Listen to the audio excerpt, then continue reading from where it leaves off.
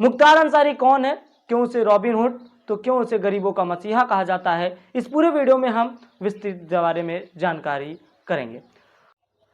नमस्कार साथियों, आप सभी का दर्शक न्यूज़ 24 पर बहुत बहुत स्वागत है। साथियों, आज मैं बात करने वाला हूं जिस एक व्यक्ति के बारे में जिसे यूपी का रॉबिनहुड तो कोई यूपी का मसीहा बताता है। एक ऐसा व्यक्ति जिसका खानदान का इतिहास काफ़ी गौरवशाली रहा है, जिसके खानदान में आर्मी, स्वतंत्रता सेनानी और शूटर तक हुए हैं। अब बात करेंगे हम आज पूर्वांचल के उस व्यक्ति के बारे में जो 5 बार विधायक रह चुका है, जिसे माफिया रॉबिनहुड कहा जाता है, मुख्तार अंसारी के बारे में। जब से बांदा के जेल में मुख्तार अंसारी की मौत हुई है, तब से मुख्तार अंसारी की चर्चाएं काफ़ी तेज हो गई है।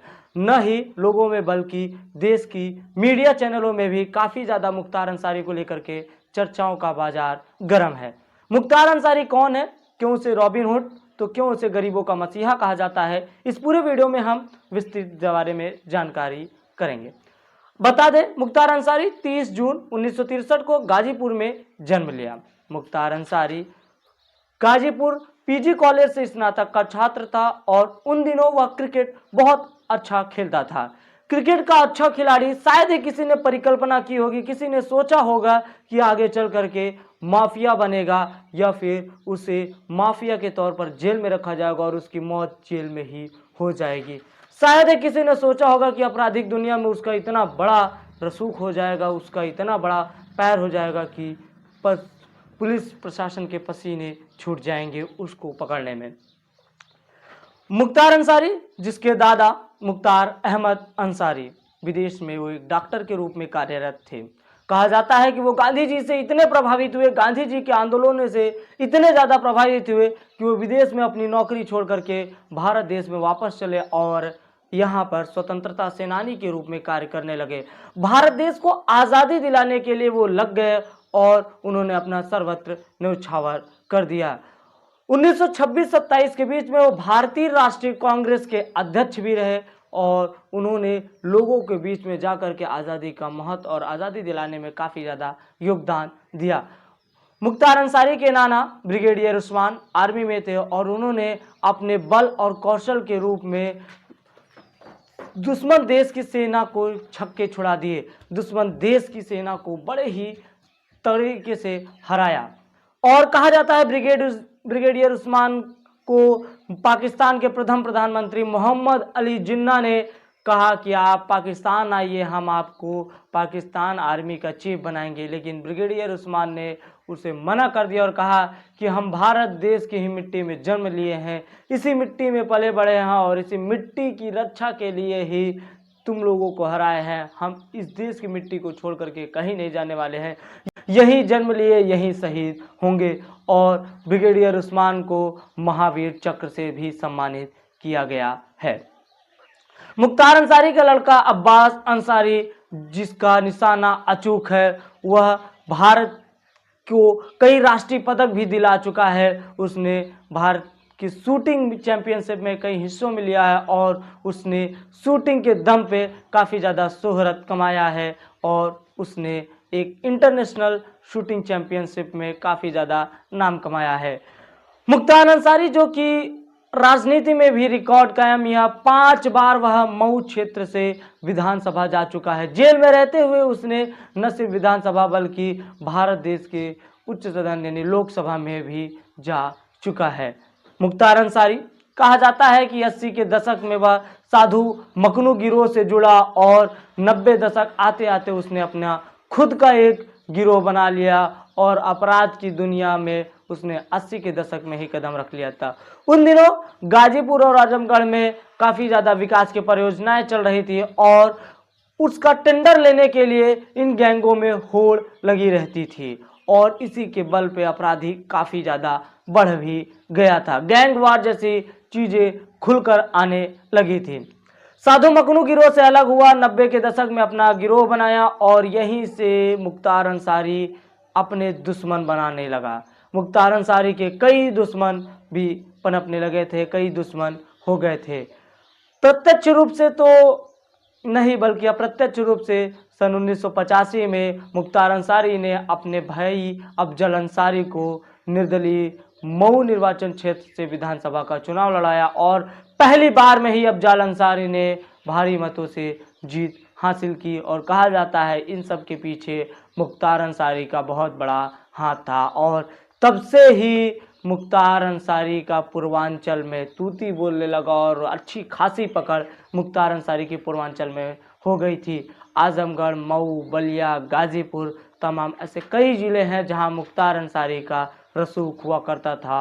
और कहा यह जाता है कि मुख्तार अंसारी अपराध की दुनिया में भी काफ़ी बेखौफ था और इस पर 60 से ज़्यादा आपराधिक मामले दर्ज थे। कईयों में तो इसे सज़ा का भी ऐलान हो चुका था, जिसके वह 2005 में अक्टूबर में जेल में गया और जिसके बाद से वह निकल नहीं पाया।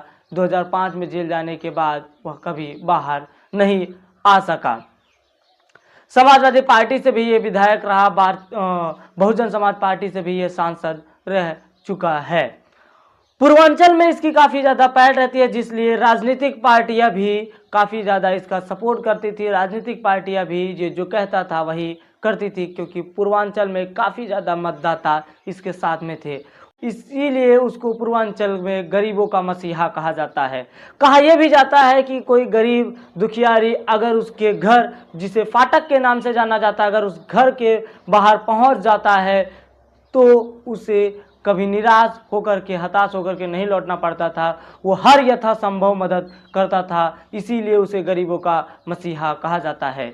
उसके पास कई लग्जरी गाड़ियां, आधुनिक हथियार भी मौजूद थे और मुख्तार अंसारी पे नकेल कसने के लिए इनकम टैक्स ने ऑपरेशन पैंथर भी चलाया, जिसको लेकर के यूपी के कई अलग अलग जगहों पर छापेमारी की गई और 500 करोड़ से अधिक संपत्ति जब्त कर ली गई।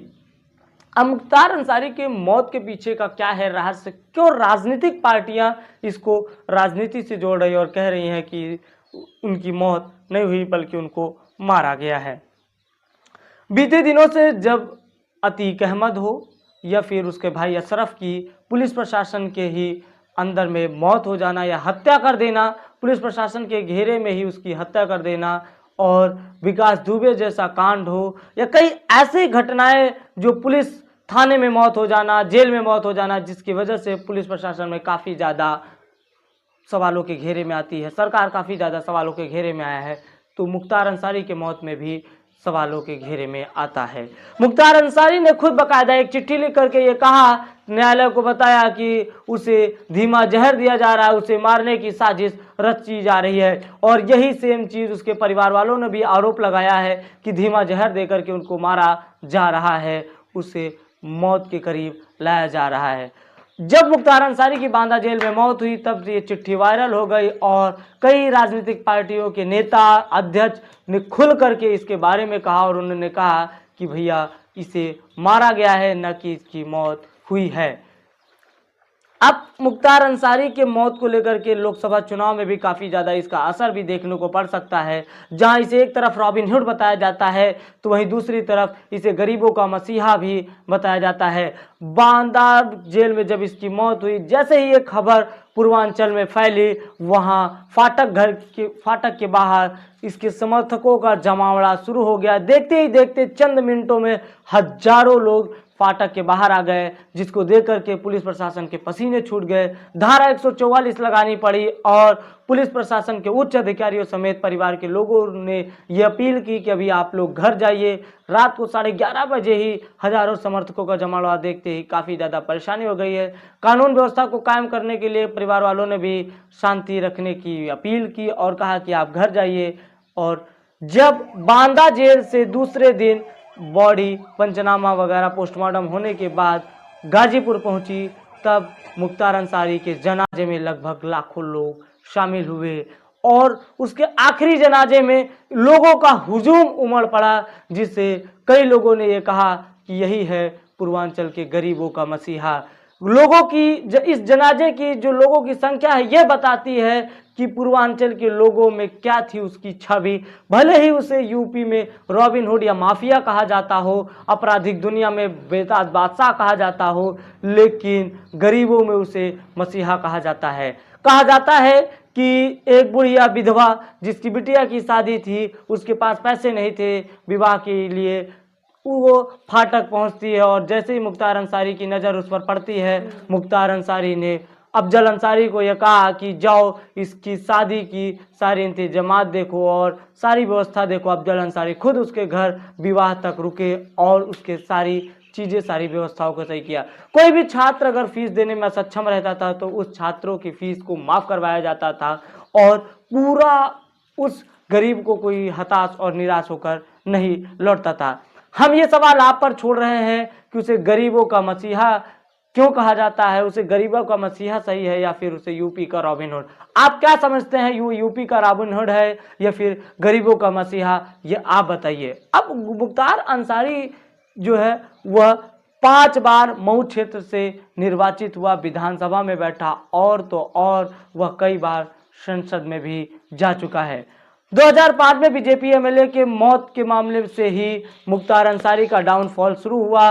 बीजेपी एमएलए को मारने का मुख्य आरोपी मुख्तार अंसारी को भी बनाया गया। हालांकि उस समय मुख्तार अंसारी जेल में ही था और आरोप का केस चल रहा है। मुख्तार अंसारी की मौत को लेकर के बीजेपी एमएलए के परिवार वालों ने कहा ये हमारे खुशी का दिन है और उन्होंने पटाखे फोड़े। अब लोगों का मत दो तरफ हो गया है, कोई गरीबों का मसीहा बना रहा है तो कोई यूपी का रॉबिन हुड और माफिया बता रहा है। तो आज की खबरें बस यहीं तक, धन्यवाद।